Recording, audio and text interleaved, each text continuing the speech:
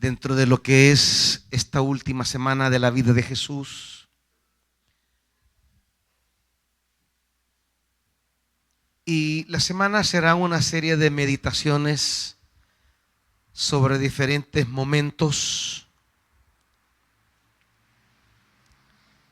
que nos harán preguntarnos por nuestras propias realidades frente a Jesús. Marcos capítulo 14.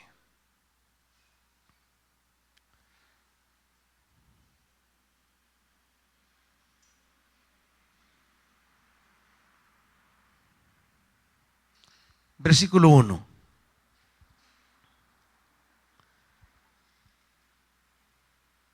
Faltaban solo 2 días para la Pascua y para la fiesta de los panes sin levadura. Los jefes de los sacerdotes y los maestros de la ley buscaban con artimañas cómo arrestar a Jesús para matarlo. Por eso decían: no durante la fiesta, no sea que se amotine el pueblo. En Betania, mientras estaba él sentado a la mesa en casa de Simón, el que había tenido una enfermedad en la piel, llegó una mujer con un frasco de alabastro lleno de un perfume muy costoso, hecho de nardo puro. Rompió el frasco y derramó el perfume sobre la cabeza de Jesús. Algunos de los presentes comentaban indignados: ¿para qué este desperdicio de perfume? ¿No podía haberse vendido por el salario de más de 1 año de trabajo para dárselo a los pobres? Y la reprendían con severidad. Déjenla en paz, dijo Jesús. ¿Por qué la molestan? Ella ha hecho una obra hermosa conmigo. A los pobres siempre los tendrán con ustedes y podrán ayudarlos cuando quieran, pero a mí no me van a tener siempre. Ella hizo lo que pudo. Ungió mi cuerpo de antemano, preparándolo para la sepultura.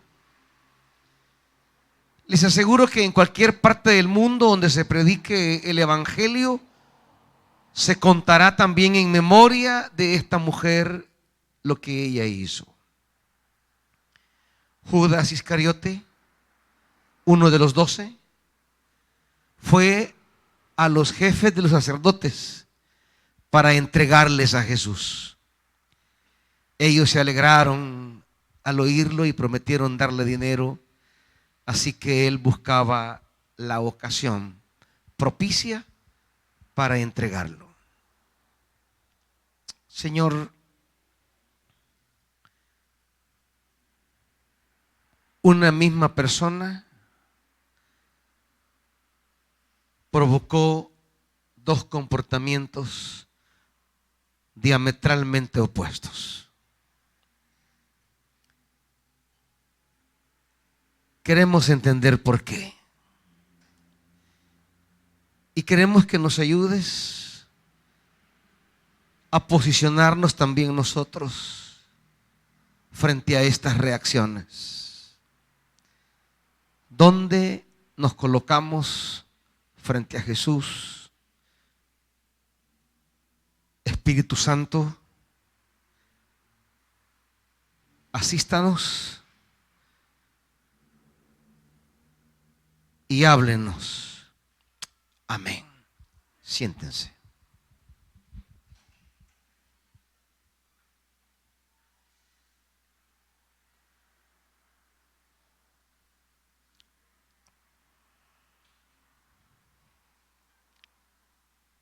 Hay diversos personajes que aparecen en el relato, pero 2 son los centrales. 2 son los que cuentan. La mujer, que en la versión de Marcos no tiene nombre, pero que Juan capítulo 12 pondrá a María, hermana de Lázaro, ungiendo a Jesús. La mujer que llega por detrás de Jesús y lo unge.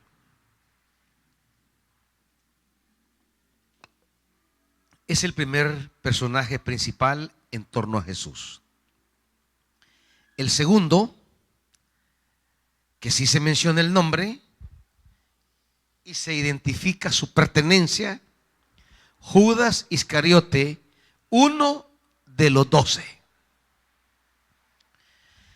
La mujer no es uno de los 12,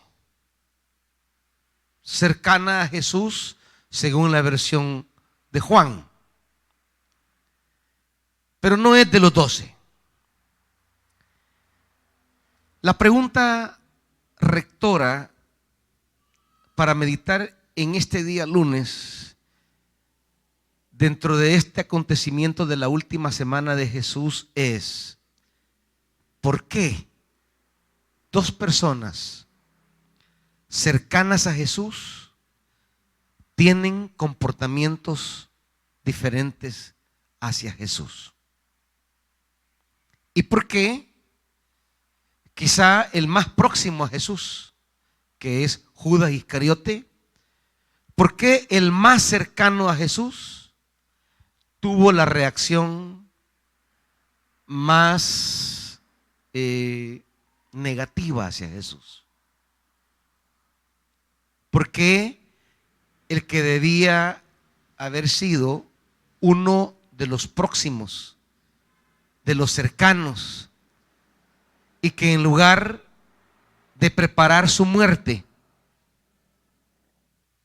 haya contribuido a cuidarlo, a protegerlo, a velar por él, a evitar que le hicieran daño?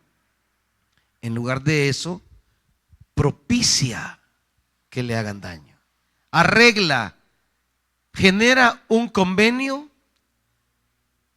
en el que estuvieron de por medio 30 monedas de plata, dirá Mateo, el único evangelista que menciona la cantidad de dinero que le entregaron. ¿Por qué el más cercano, que debió conocerlo de primera mano y haber visto todas sus obras y haber oído todas sus palabras, por qué el más cercano es el que arregla el desenlace fatal?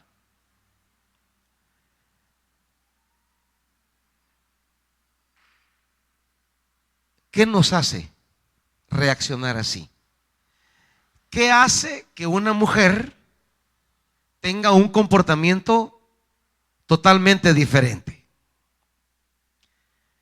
La mujer dice que llegó con un frasco de alabastro lleno de un perfume muy costoso, hecho de nardo puro.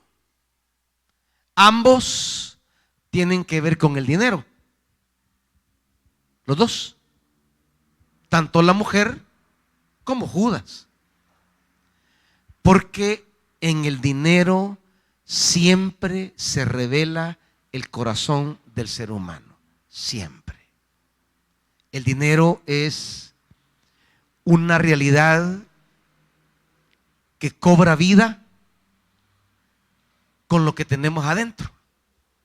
Aquí adentro llevamos pensamientos, ideas, nociones, actitudes, valoraciones, valores. ¿Y saben en qué momento lo que somos lo podemos ver? Es en el dinero.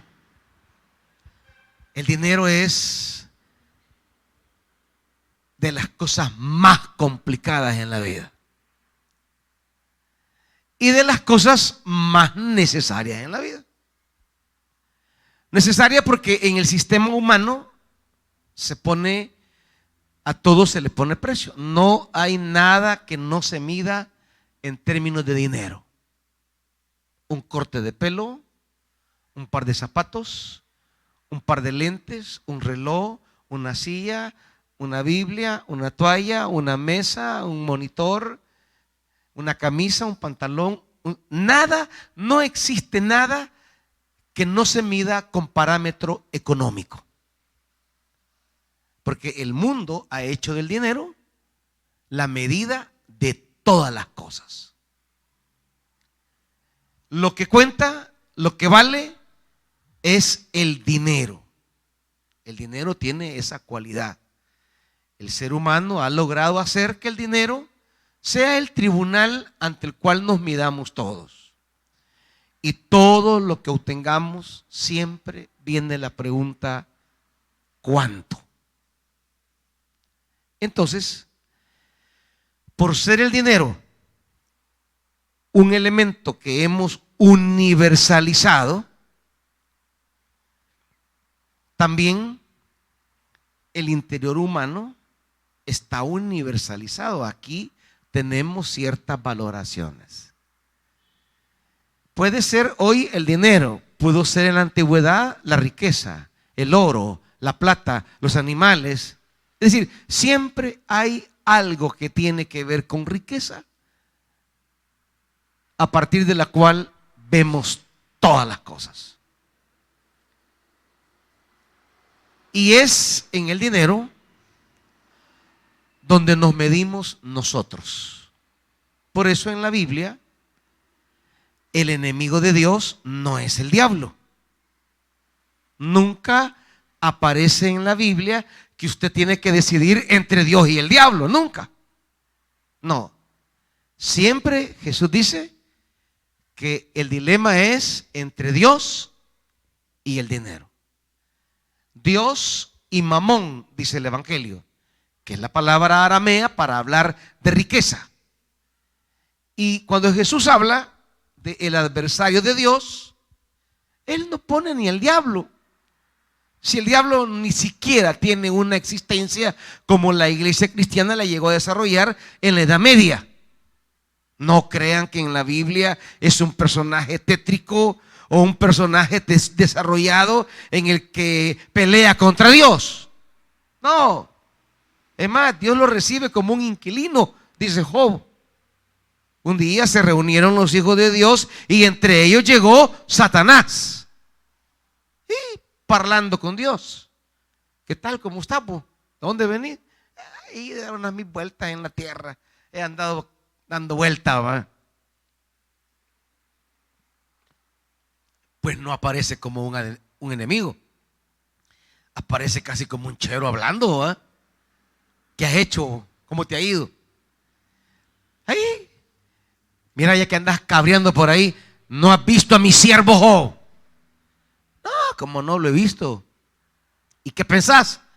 Pues sí, lo tenés alivianado. La riqueza.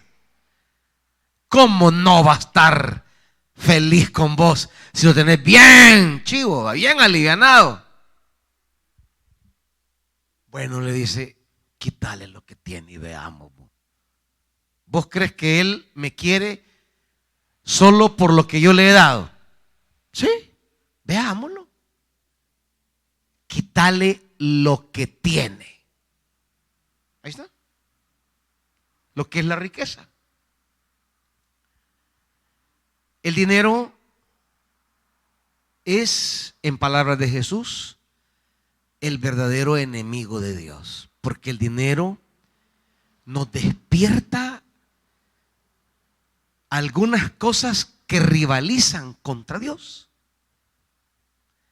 El dinero nos crea seguridades, confianzas, es decir, cosas que solo nos dice Dios que debemos tener solo en Él. El dinero rivaliza con Dios porque el dinero nos lleva a desarrollar actitudes, pensamientos, decisiones, estados que solo deberíamos tener en Dios. Y el dinero se presenta como una alternativa a generar las mismas sensaciones pero provocadas por el dinero, ya no por Dios. Por eso no es Satanás el enemigo de Dios, es el dinero. El dinero, dirá el apóstol Pablo, el amor al dinero, 1 Timoteo 6, es la raíz de todos los males. ¿Eso hace que el dinero sea malo? No. Porque la Biblia también dice, mío es el oro, mía es la plata. En otras palabras, el Señor es el dueño de toda riqueza. El Señor es el dueño de todo dinero. Y entonces, ¿por qué es el enemigo? No por el dinero, sino por nuestros pensamientos, sino por nuestras mentalidades, sino porque no hemos aprendido a poner el dinero a nuestro servicio, sino a depender del dinero para sentirnos alegres, sentirnos en paz, sentirnos bien, sentir que somos alguien, sentir que valemos. Es decir, el dinero ya no es nuestro siervo, sino es nuestro Señor. Él nos rige, Él nos domina, Él nos controla. Tener es un don. Tener es una gracia que hay que aprender. No todos pueden tener. Todos deberían tener. Pero como dice el refrán, el que nunca ha tenido y llega a tener, loco se puede volver. Y es cierto, usted lo mira en la gente. Pero no es que el dinero lo enloqueció. No, ya estaba loco. Solo que no había la manera, el momento de mostrarlo, ¿verdad? Entonces, lo que la Biblia hace, lo que Dios provoca con su palabra, es tratar de ordenar nuestra escala de valores, organizar nuestros principios, tener claras nuestras prioridades, saber tener una jerarquía de cosas en un orden como Dios lo revela en su palabra, en la cual el dinero aparece indudablemente, pero siempre aparece como una gracia de Dios y no como un Señor que me gobierna. Abraham sigue siendo un modelo de esto. Era el más rico de la tierra, dice, refiriéndose a la zona en la que él vivía. Muy rico, dice la Biblia. Pero jamás Abraham colocó su riqueza por encima de lo que Dios quería. Jamás. Nunca. Claro, en el caso de él, su mayor riqueza era su hijo. Con gusto, Abraham hubiera entregado toda su riqueza material y hubiera preservado a su hijo. Pero Dios le pidió su verdadera riqueza, porque para Abraham lo material no era su verdadera riqueza, era su hijo. Y eso le pidió. Y Abraham no vaciló. Abraham no dudó. Abraham se levanta de mañana, prepara todo y se encamina con su hijo y 2 siervos al lugar que Dios le había señalado. Es en el tema de las riquezas donde el corazón aflora, donde el dinero es como que revela lo que somos. Y aquí tenemos 2 personas con dos corazones diferentes frente al dinero. El perfume era muy costoso, muy costoso. Los invitados le ponen el precio del perfume en el versículo 5. ¿Cuánto valía ese perfume? Versículo 5. El salario de un año de trabajo. Saquémosle pisto. ¿Cuánto es el mínimo? 408. Multiplíquenlo por 12. ¿Cuánto es?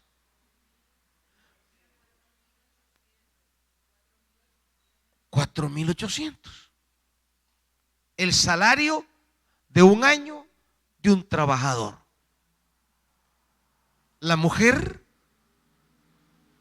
gastó lo que alguien hubiera ganado durante un año. Imagínense, para no dar en teoría, su sueldo, vaya, su sueldo, piense en su sueldo.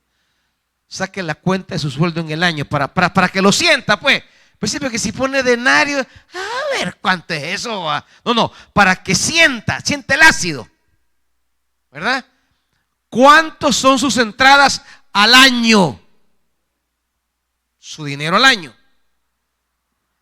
La pregunta es, ¿valdría la pena hacer un gasto en un perfume y derramarlo sobre una persona? No digo sobre Jesús hoy, porque hoy pues ya sabemos quién es, pero en ese momento, ¿valdría la pena jugarme mi estabilidad económica de un año? Ustedes con su presupuesto, ¿verdad? De cada mes, de cada año, y de repente enterito un año. Se fue. Y se fue para nunca más volver. Porque dice el pasaje que ella lo rompió. O sea, no es cosa de que va a usar un poquito. No es cosa que va a sacar y va a guardar más. No. Fue algo que no tenía reversa. No había manera de recuperarlo. No había manera de recobrarlo. Se iba a gastarlo todo.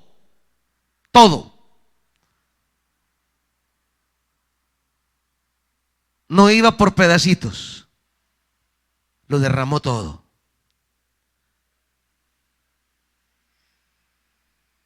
Los presentes comentan: ¿para qué este desperdicio de perfume? ¿Para qué? ¿Para qué? No es esas preguntas las que nos hacemos siempre respecto a este tema. ¿Para qué? Para estas personas, esta mujer cometió un desperdicio. Ahora, ¿qué hace que una mujer pueda tener esta generosidad con Jesús? Pueda generosamente quebrar el vaso de alabastro, derramarlo sobre Jesús, gastar un dineral, porque es un dineral. Creo que comprar un perfume de $4,500, pues, ¿cómo? ¿De dónde va? Y después no solamente lo compro, sino que no lo uso. No lo empleo en en mi persona de a poquitos que me dure, ¿verdad? Si ahí andamos cuidando un perfumito de 100 bolitas, ¿va? Ahí andamos que me dé una gotita y cuidando que nos dure las 100 bolitas. No digamos que va a regalar usted un perfume de 100 bolitas, ¿va? Mejor un Avon, ¿va? No, hombre, un Avon le vamos a dar de 15 bolas para su cumpleaños. Si ni yo me compro caro, ¿va? ¿Cómo voy a dar uno caro, va? Ahora imagínense, esta mujer se fue de bolsa. La pregunta es, ¿valía la pena? Es lo que preguntan ellos, ¿valía la pena? ¿Vale la pena Jesús? ¿Para qué este desperdicio? Es el sentido de la pregunta. ¿Vale la pena? Ese es un personaje. El otro personaje, Judas Iscariote,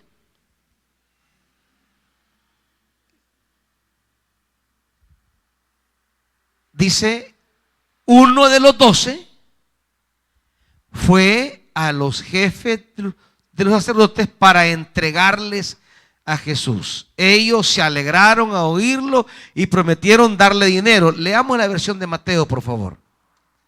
Imagínense este momento. Dice Mateo 26.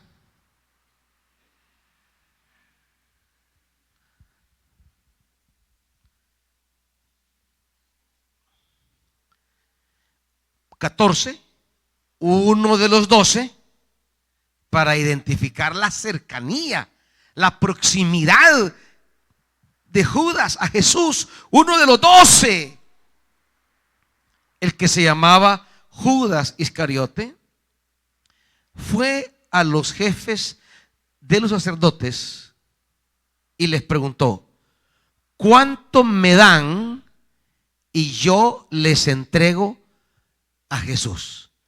Frente a Jesús hay dos gestos completamente opuestos. Una, da un año entero de trabajo, lo derrama sobre Jesús. El otro, ¿cuánto me dan? Por el mismo Jesús, por el mismo en el que una está gastando un dineral, por ese mismo el otro está queriendo obtener un provecho. Ellos decidieron pagarle 30 monedas de plata. Y desde entonces Judas buscaba una oportunidad para entregarlo. Ahora la pregunta del principio, ya ampliada en detalle.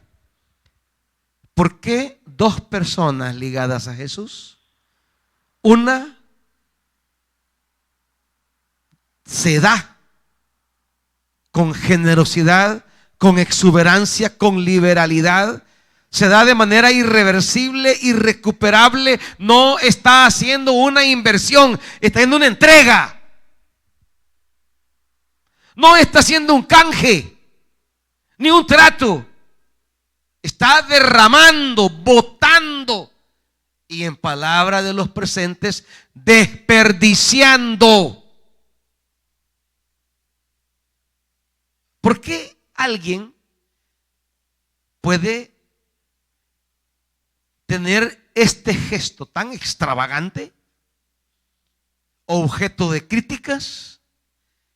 ¿Y por qué otro que no es lejano, que no es distante, que no es un desconocido, es uno de los 12? O sea, se lo puede hasta en sopa de frijoles. Entonces, ¿por qué esa proximidad?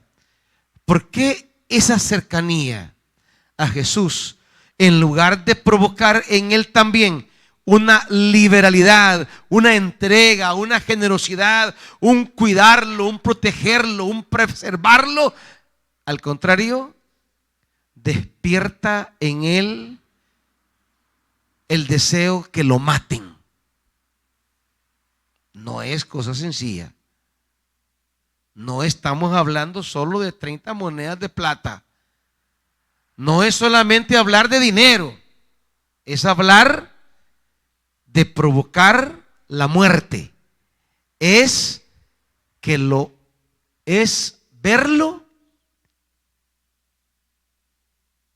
y participar activamente en algo que dice, volviendo a Marcos 14, en el versículo 1, que los jefes de los sacerdotes y maestros de la ley buscaban con artimañas cómo arrestar a Jesús. ¿Para qué? No lo quieren meter preso, no lo quieren extraditar, no lo quieren meter a la cárcel, no lo quieren exiliar, lo quieren matar. Por tanto, Judas tiene claro que al entregar a Jesús, lo está entregando a la muerte.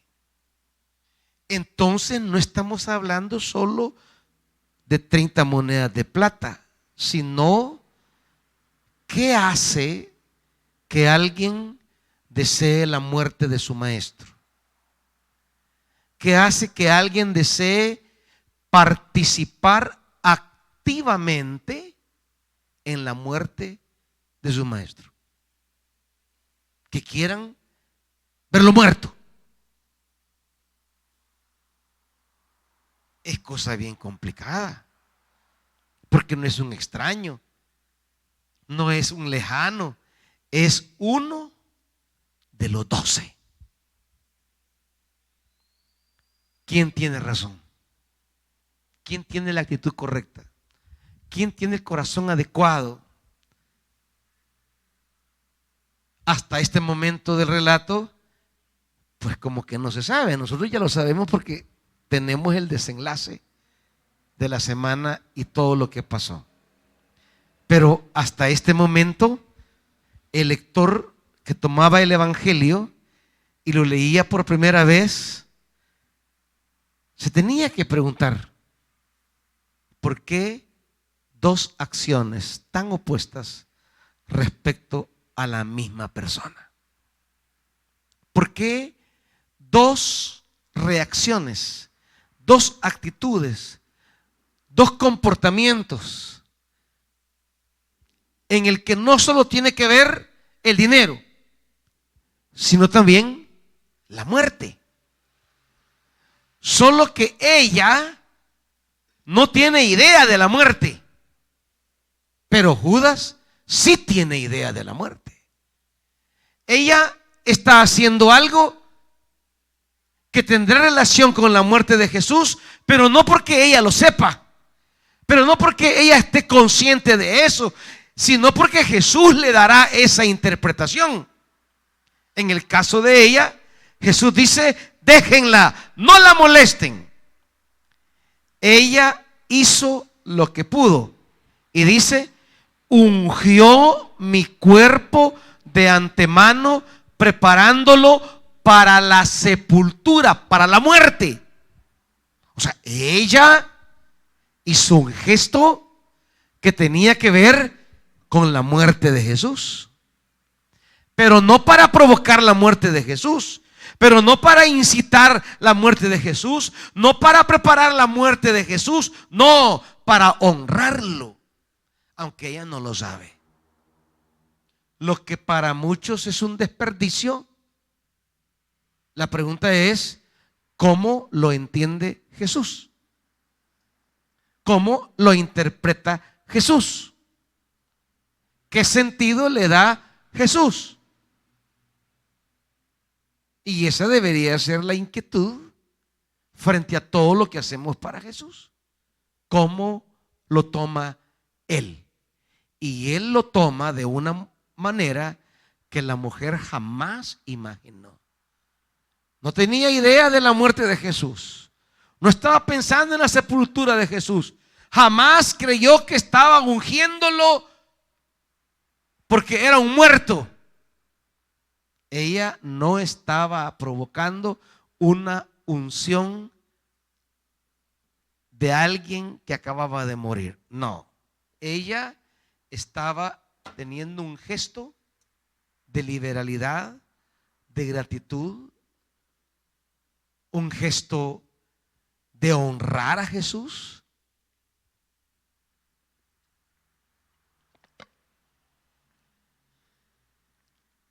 De hecho, en la casa hay un ambiente como de gratitud. Dice que estaban en Betania, sentados a la mesa en casa de Simón, y se describe una cualidad de Simón. ¿Cuál es?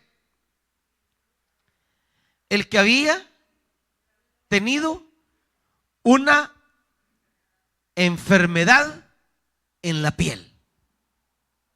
El hombre está agradecido con Jesús, lo invita a comer. La mujer está agradecida con Jesús, lo que ha hecho por él de una forma generosa, libre y abundante, lo demuestra. Y Judas, ¿por qué no está agradecido? Y Judas, ¿qué es lo que ha visto que no le cuadra la cosa? No le parece. Y cuando no le parece, decide intervenir para acelerar la muerte de esa persona. ¿Será que Judas se siente defraudado? ¿Qué nos puede llevar a querer matar a alguien? ¿Qué nos puede llevar a querer participar en que alguien no tenga ya presencia entre nosotros? ¿Y qué puede llevar a alguien tan cercano?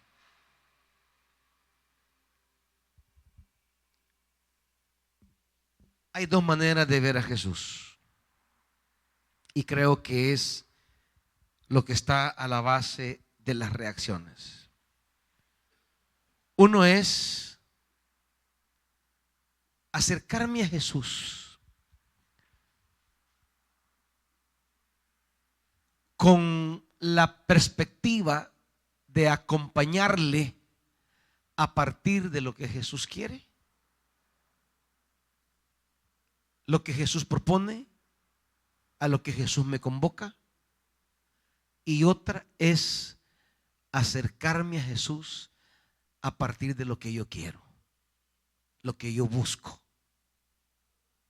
Y entonces, cuando nos acercamos a Jesús desde su palabra, desde lo que Él está diciendo, desde lo que Él propone, desde lo que Él quiere, desde lo que Él anhela, entonces configuramos nuestro seguimiento de Jesús a partir de Él.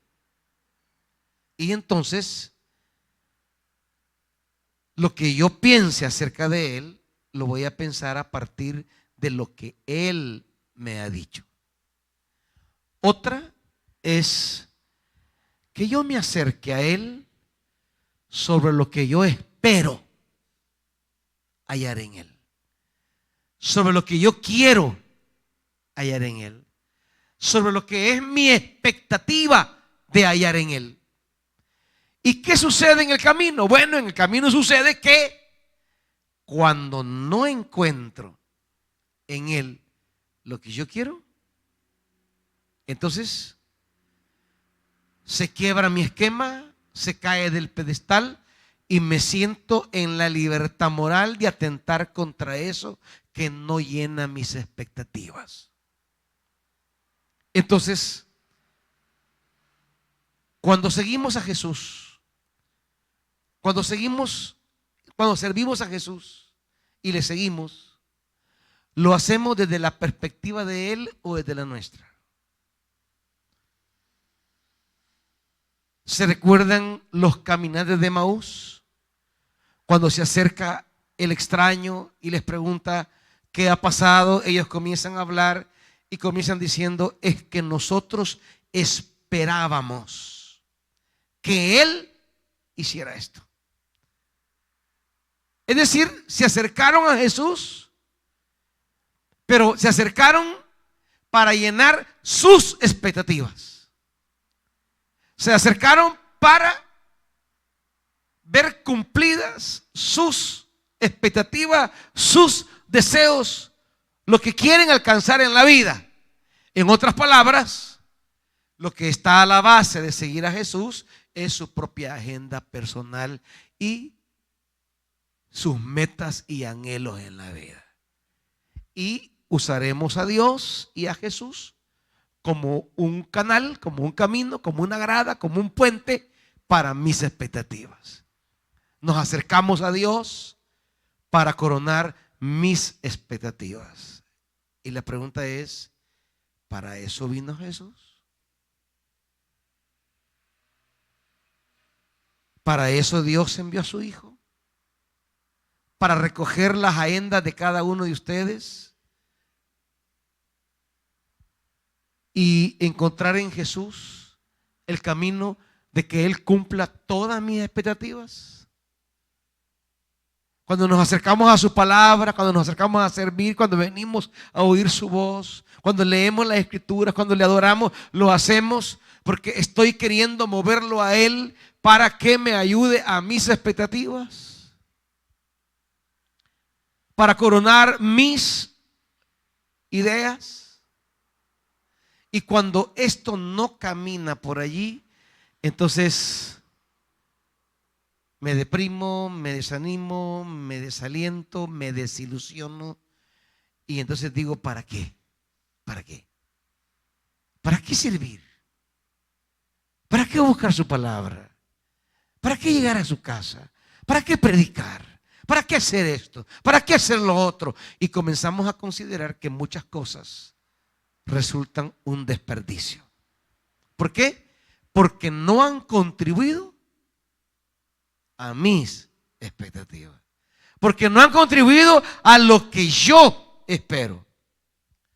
Ahora, según Marcos, ¿cuáles eran las expectativas de Jesús para Judas? Bueno, Marcos lo dice con claridad. Marcos capítulo 3.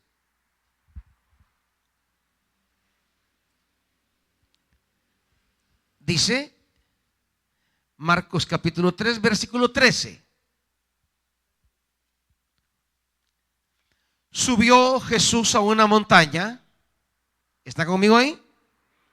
Y llamó a los que él quiso, los cuales se reunieron con él. Y designó ¿a cuántos? A 12. ¿Qué dirá Mateo allá, Marcos allá? Judas Iscariote, uno de los 12, uno de estos. ¿Y cuáles eran las expectativas de Jesús para Judas Iscariote? Bueno, designó a 12 a quienes nombró apóstoles ahí están las expectativas de Jesús. Por tanto, quienes se acercaban a Jesús para seguirlo tenían que cumplir o llenar las expectativas de Jesús. Pero Judas pasó oyéndolo y nunca entendió. ¿Cuáles eran las expectativas de Jesús? Primero, dice la NBI, para que lo acompañaran. Otra versión dice, para que estuviesen con él. Esa es la primera expectativa. La primera expectativa es comunión, acompañamiento, compañía, apoyo, respaldo, relación, armonía, estar con. Eso es lo primero. La primera expectativa de Jesús. Yo te llamo para que estés conmigo. Eso es lo primero. Diferente a la nuestra, ¿verdad? Es que yo quiero que Dios esté conmigo. Mi expectativa. Pero ¿y la de Dios? ¿Y tú estás conmigo? Eso es lo primero. Lo primero que Marcos señala es: Jesús llama a Judas Iscariote para que esté con él. Eso es lo primero. intimidad, comunión, apoyo. Que no lo deje perder, pues. Quiero que estés conmigo. Primera expectativa, fracasada. Porque Judas no va a estar con Jesús a la hora decisiva. Judas estará con los enemigos de Jesús. Expectativas. ¿Por qué nos sentimos defraudados? Porque Jesús no llenaba mis expectativas, porque yo me acerqué a Él como un amuleto, un puente, como un acto mágico para que se cumplan las cosas que yo deseo. Segunda expectativa.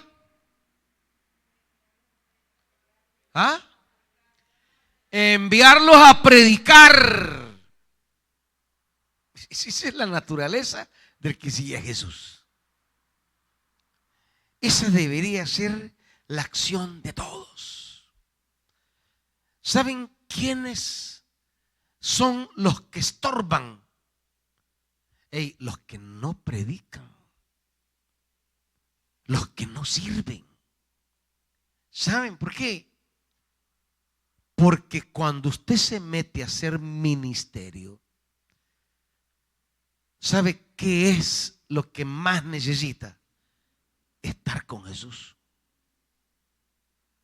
Porque para hacer la obra que nos aman, mire, quien predica necesita estar con Jesús. Porque es Jesús quien lo prepara, capacita y empodera para la tarea que Él nos ha encomendado. ¿Por qué para predicar? Porque para eso vino Él. Para anunciar la buena nueva. Eso comenzó haciendo. Solo denle vuelta a la página, Marcos. Solo denle vuelta. Y vea Marcos capítulo 1. 14.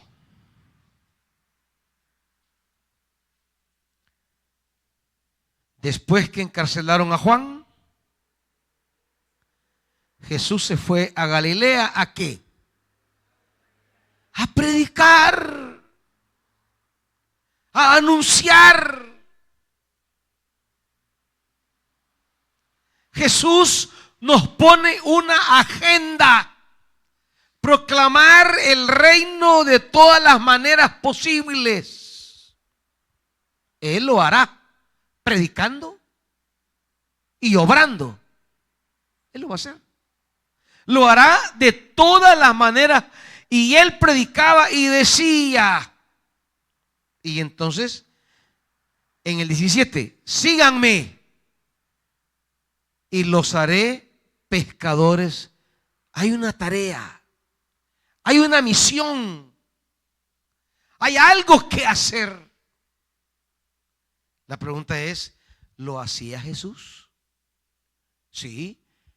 ¿Lo hacía Judas? El gesto de esta mujer, dice Jesús, les aseguro que en cualquier parte donde se predique el evangelio, se contará en memoria de ella lo que hizo Jesús. ¿Necesita algo, hermana Silvia? ¿Necesita algo? ¿Qué desea? Acércate, Raquel. Pregúntale, Raquel. ¿Y la vas a traer?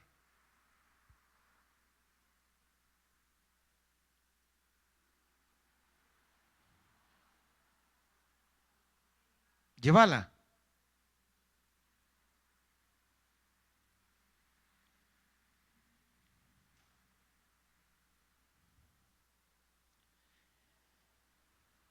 La mujer y lo que ella hizo estaba ligada a la predicación. Sus acciones iban a ser parte de la predicación. Su anuncio, el gesto, la generosidad, la manera como trató a Jesús Era anuncio del evangelio. Eso no se dice de Judas Iscariote. No había nexo con la expectativa que tenía Jesús respecto a él. No había relación, no había nexo, contacto, sentido. Y eso que Judas escuchó de manera directa: Judas, yo te he llamado primero porque quiero que seas conmigo, que estés conmigo. Quiero que seas un compañero fiel hasta el final. Segundo, quiero que te unas a mi tarea de predicar la buena nueva. Yo he venido a predicar y tú debes ser parte extensiva de lo que yo he venido a hacer. ¿Y entonces qué pasó? Tercero, ¿cuál era la tercera expectativa de Jesús? ¿Cuál era?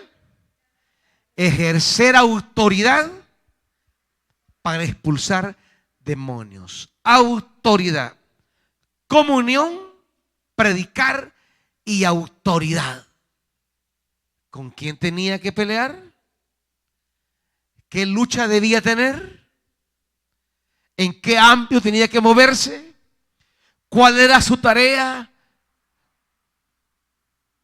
¿Y de qué se preocupó al final? No de los demonios, no de las enfermedades, no la de las luchas espirituales, del dinero.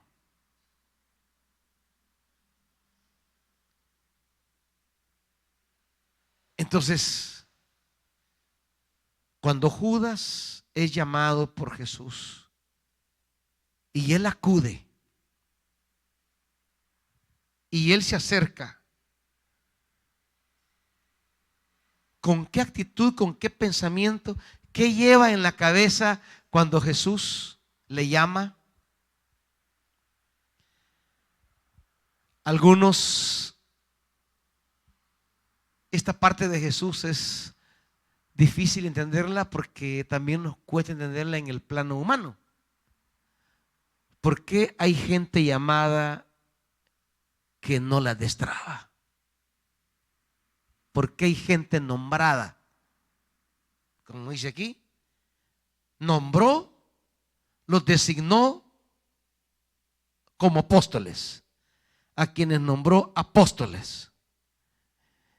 Y en el 16 del capítulo 3 viene la lista. Estos son los 12 que él nombró. Simón, a quien llamó Pedro. Bueno, algo hizo Pedro. Santiago y su hermano Juan, hijos de Zebedeo, a quienes llamó Boanerges, que significa hijos del trueno. Andrés, Felipe, Bartolomé, Mateo, Tomás, Santiago, hijo de Alfeo, Tadeo, Simón el celote y Judas Iscariote, el que lo traicionó. Ahora, yo les pregunto, ¿quiénes dieron el ancho de estos? Empecemos de abajo. El último lo traicionó. Ahora, ¿y quién era el Simón el celote? ¿Qué hizo? ¿Y este Tadeo quién es? ¿De dónde salió? ¿Qué historia tenemos de Tadeo? Ni su madre lo conocía. Santiago, el hijo de Alfeo. Bartolomé. Si vemos la mitad, parece ser que ni fu ni fa. Los que más conoceremos es a Simón, Santiago, Juan, Andrés, Felipe Mateo, algo, que era cobrador de impuestos, pero después de ahí no sabemos nada de él. Bueno, Tomás. De Tomás sabemos un poquito más en Juan. De Mateo no. Después del llamado no sabemos nada de él. Absolutamente nada. Hechos de los Apóstoles, menos. Es decir, de los designados, de los llamados, la mitad algo se rebuscó y la otra mitad en el pastel. Entonces la pregunta es, ¿por qué llamó a unos que por gusto? Porque el llamado no depende solo del que llama, sino con qué corazón yo recibo el llamado. El llamado, el soberano, es el reconocimiento soberano para ser convocado, pero la pregunta es, el que he llamado, ¿con qué expectativa se deja llamar? ¿Con qué expectativa se une al llamado? ¿Por qué no tienen el compromiso, el desenlace, la cercanía, la trascendencia que Jesús esperaría en el llamado? ¿Por qué? Porque de por medio también está el corazón del que es llamado, el corazón del que ha sido designado. El mismo Jesús los llamó y los designó, pero por lo menos 6, ni para atrás ni para adelante. Y uno, ese trabajó activamente en serrucharle el piso. Hay 2 pasajes que quiero ver brevemente. Segundo libro de Reyes,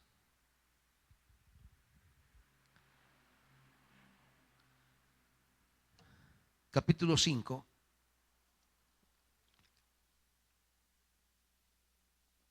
Versículo 15. 5:15 del segundo libro de Reyes. Luego Naamán volvió con todos sus acompañantes y presentándose ante el hombre de Dios le dijo: ahora reconozco que no hay Dios en todo el mundo excepto en Israel. Le ruego a usted aceptar un regalo de su servidor. Eliseo no le está pidiendo nada. Es iniciativa generosa de Naamán, pero de por medio está algo muy delicado, por lo cual Eliseo se niega a recibir. Tan cierto como que vive el Señor a quien yo sirvo, no voy a aceptar nada. Y por más que insistió Naamán, Eliseo no accedió. ¿Por qué?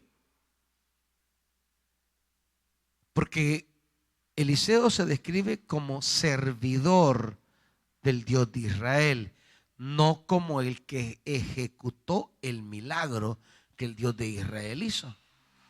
Y él no va a tomar una honra que le corresponde a Dios. Pero aparece por ahí un individuo, ¿verdad? Versículo 20.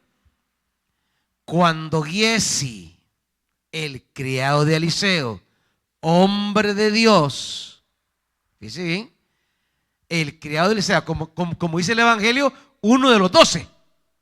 O sea, alguien cercano. Este hombre ha visto todo lo que Eliseo, él pensó y dijo: mi amo ha sido demasiado bondadoso con este arameo Naamán, pues no le aceptó nada de lo que había traído. Pero tan cierto como que el Señor vive, yo voy a correr tras él a ver si me da algo. Él no ha entrado en el pensamiento vocacional. Está sirviendo, pero no ha entendido el servicio. Está a la par del hombre de Dios, pero no ha captado el pensamiento, la respuesta, la mentalidad. La interpretación no se mueve en el ámbito de lo que el hombre de Dios está pensando, el por qué no. ¿Por qué no le dijo: mire, Señor, y por qué no le aceptó nada? Que le explique, que lo eduque, que lo forme, que le enseñe.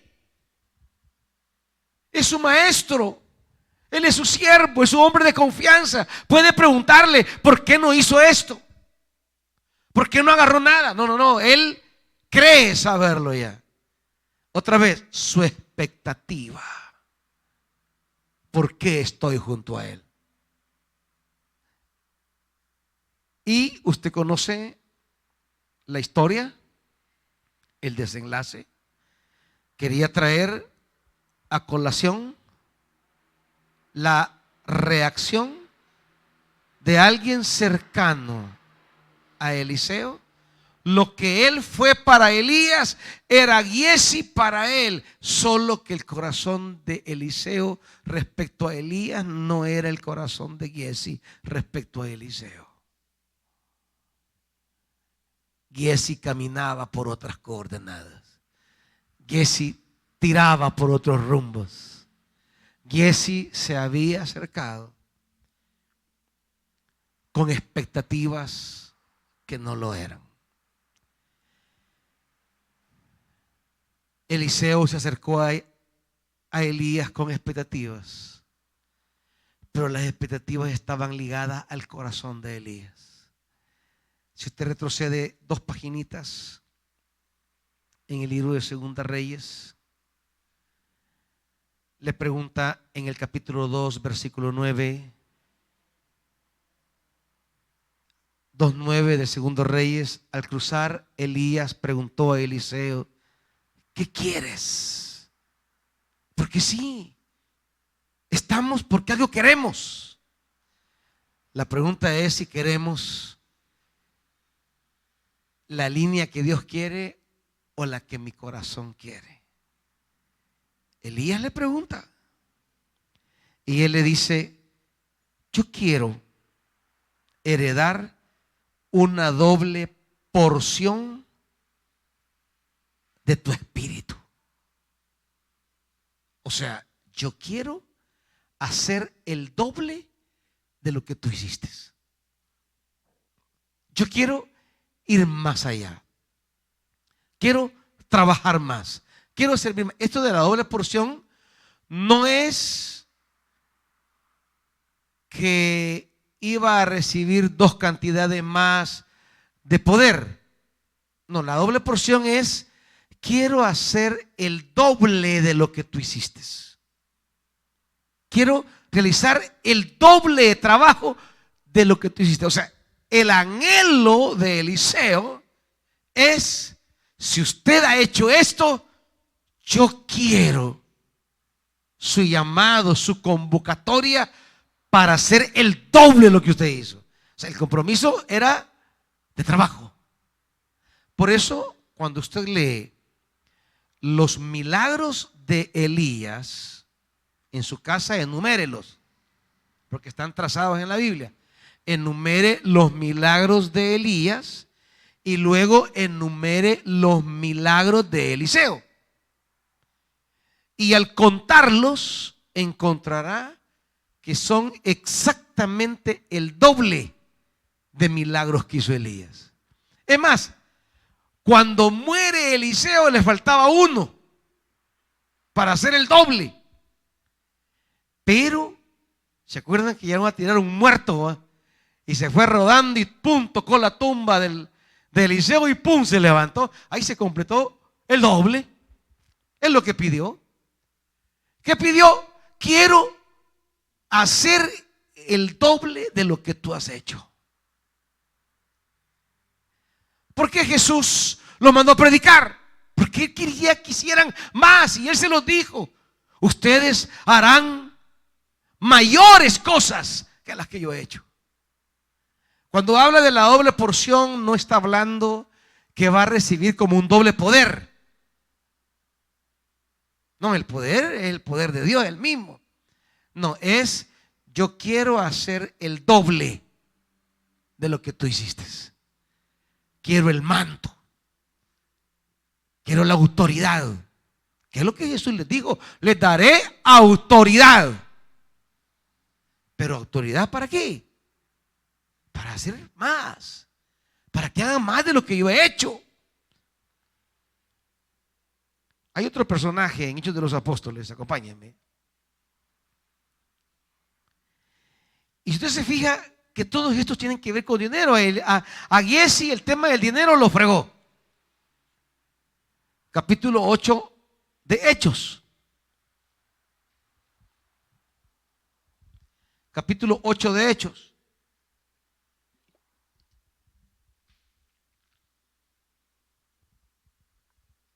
Versículo 9. 8, 9 de Hechos. Ya desde antes había en esa ciudad un hombre llamado Simón, que jactándose de ser un gran personaje, practicaba la hechicería y asombraba a la gente de Samaria. Todos, desde el más pequeño hasta el más grande, le prestaban atención y exclamaban: este hombre es el que llaman el gran poder de Dios. Lo seguían porque por mucho tiempo los había tenido deslumbrados con sus artes mágicas. Pero cuando creyeron a Felipe, quien anunciaba las buenas noticias del reino de Dios, y en el nombre de Jesús, el Cristo, tanto hombres como mujeres se bautizaron. Simón mismo creyó, y después de bautizarse seguía a Felipe por todas partes, asombrado de los grandes milagros y señales que veía. Diríamos que cumplió una parte, ¿verdad? Estaba con Felipe en las expectativas de Jesús. Cuando los apóstoles se enteraron de lo que los samaritanos habían aceptado la palabra de Dios, les enviaron a Pedro y a Juan. Estos, al llegar, oraron por ellos para que recibieran el Espíritu Santo, la autoridad, porque el Espíritu aún no había descendido sobre ninguno de ellos, solamente habían sido bautizados en el nombre del Señor Jesús. Entonces Pedro y Juan les impusieron las manos y recibieron el Espíritu Santo, que está descrito en Hechos 1:8: y recibiréis poder, recibiréis autoridad. Entonces recibieron el Espíritu. Ahora entra Simón. Al ver Simón que mediante la imposición de las manos de los apóstoles se daba el Espíritu Santo, ¿qué les ofreció? Dinero. Y dijo: denme también a mí ese poder, para que todos a quienes yo les impongan la mano reciba el Espíritu Santo. Y Pedro responde: que tu dinero perezca contigo, porque intentaste comprar el don de Dios con dinero. La autoridad es una gracia. Se recibe como una gracia. Gracia para liberar, para destruir autoridades espirituales contrarias a Dios. No tienes arte ni parte en este asunto porque no eres íntegro delante de Dios. Por eso arrepiéntete de tu maldad y ruega al Señor, tal vez te perdone el haber tenido esa mala intención. Veo que vas camino a la oscuridad y a la esclavitud de la maldad. Qué panorama el que le da Pedro a Simón. Ahora dice Simón: Rueguen al Señor por mí, respondió Simón, para que no me suceda nada de lo que han dicho. ¿Qué pasó con Simón?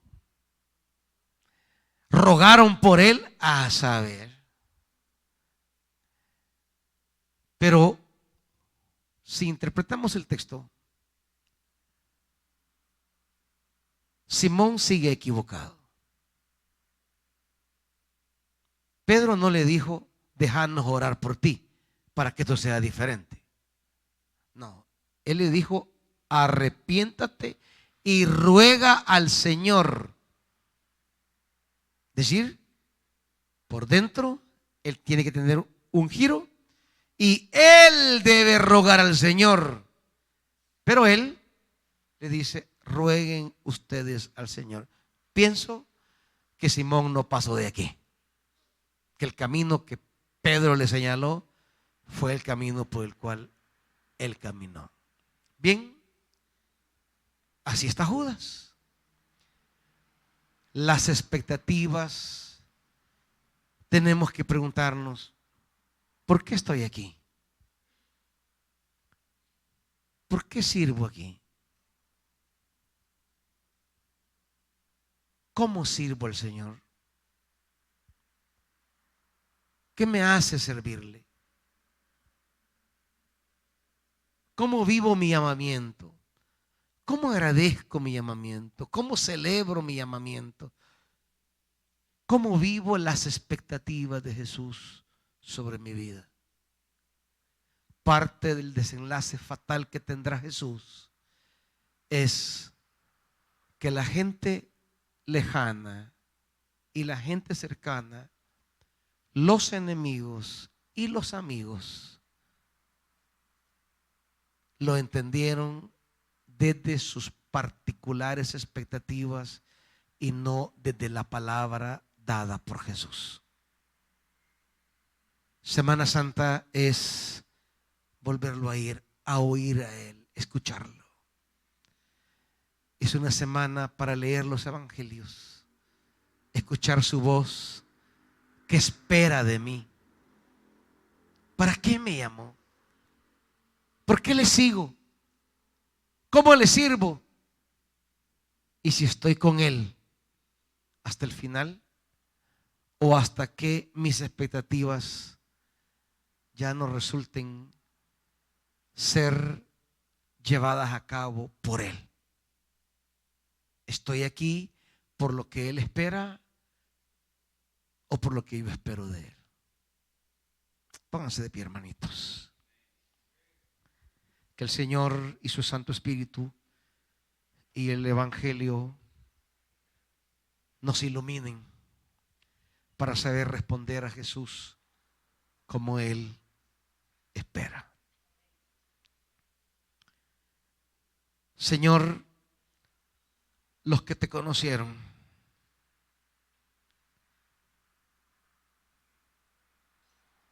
no sintieron que tú llenabas sus expectativas.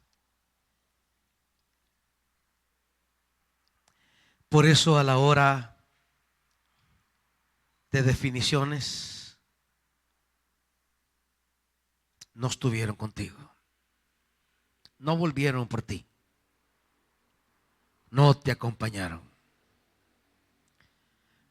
Nosotros, al igual que ellos, estamos aquí también, en la misma disyuntiva, en la misma realidad. Nada nos hace diferentes de aquella mujer que derramó ese perfume carísimo, ni nada nos hace diferente de Judas, uno de los 12. Al igual que ellos, aquí estamos también nosotros.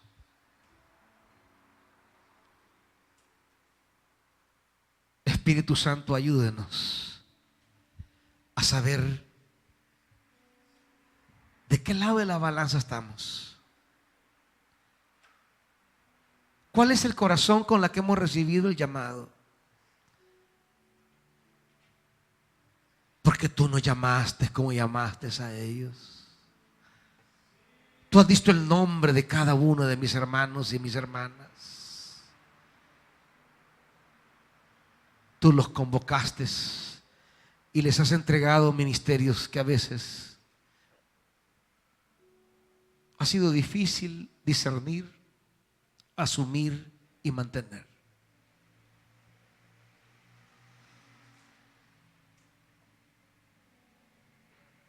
No quisiéramos repetir la historia de Judas.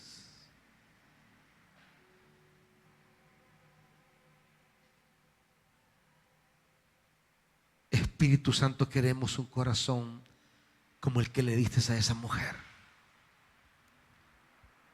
Ese corazón noble, ese corazón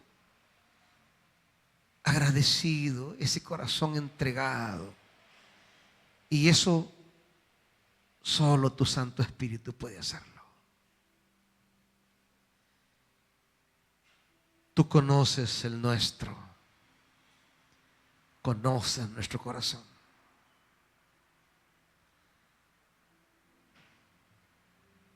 Somos uno de los 12, todos.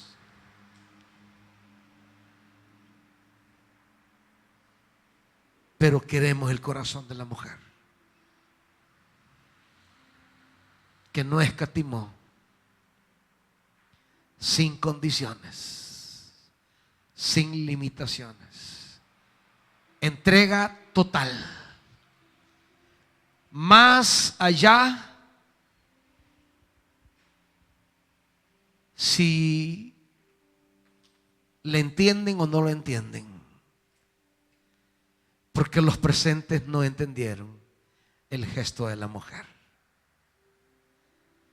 Porque mi servicio no es para llenar expectativas ajenas. Mi servicio es para llenar tus expectativas. Y mientras tú lo evalúes y lo valores como lo que tú quieres para mí, entonces la opinión de los que están a mi alrededor no es la decisiva. Permítenos tener esa mentalidad de esa mujer. Saber, como dijo Jesús, ella hizo lo que pudo por mí. Ella hizo conmigo lo que pudo. Si los demás lo consideran un desperdicio, es asunto del corazón de ellos, no del mío. No de mis hermanos ni de mis hermanas.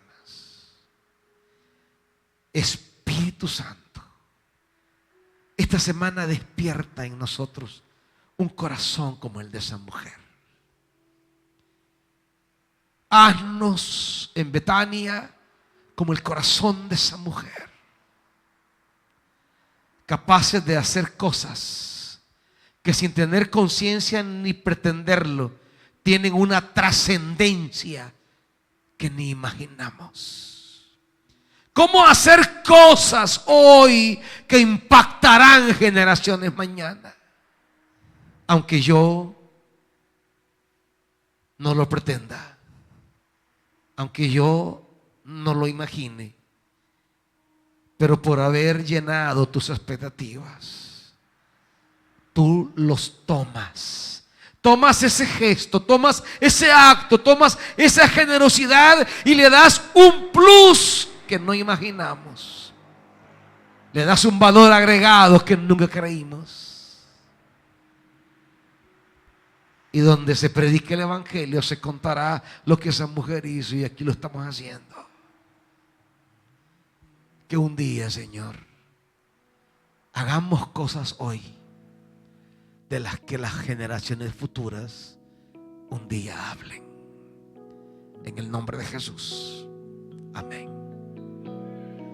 Que Dios me les bendiga, hermanitos.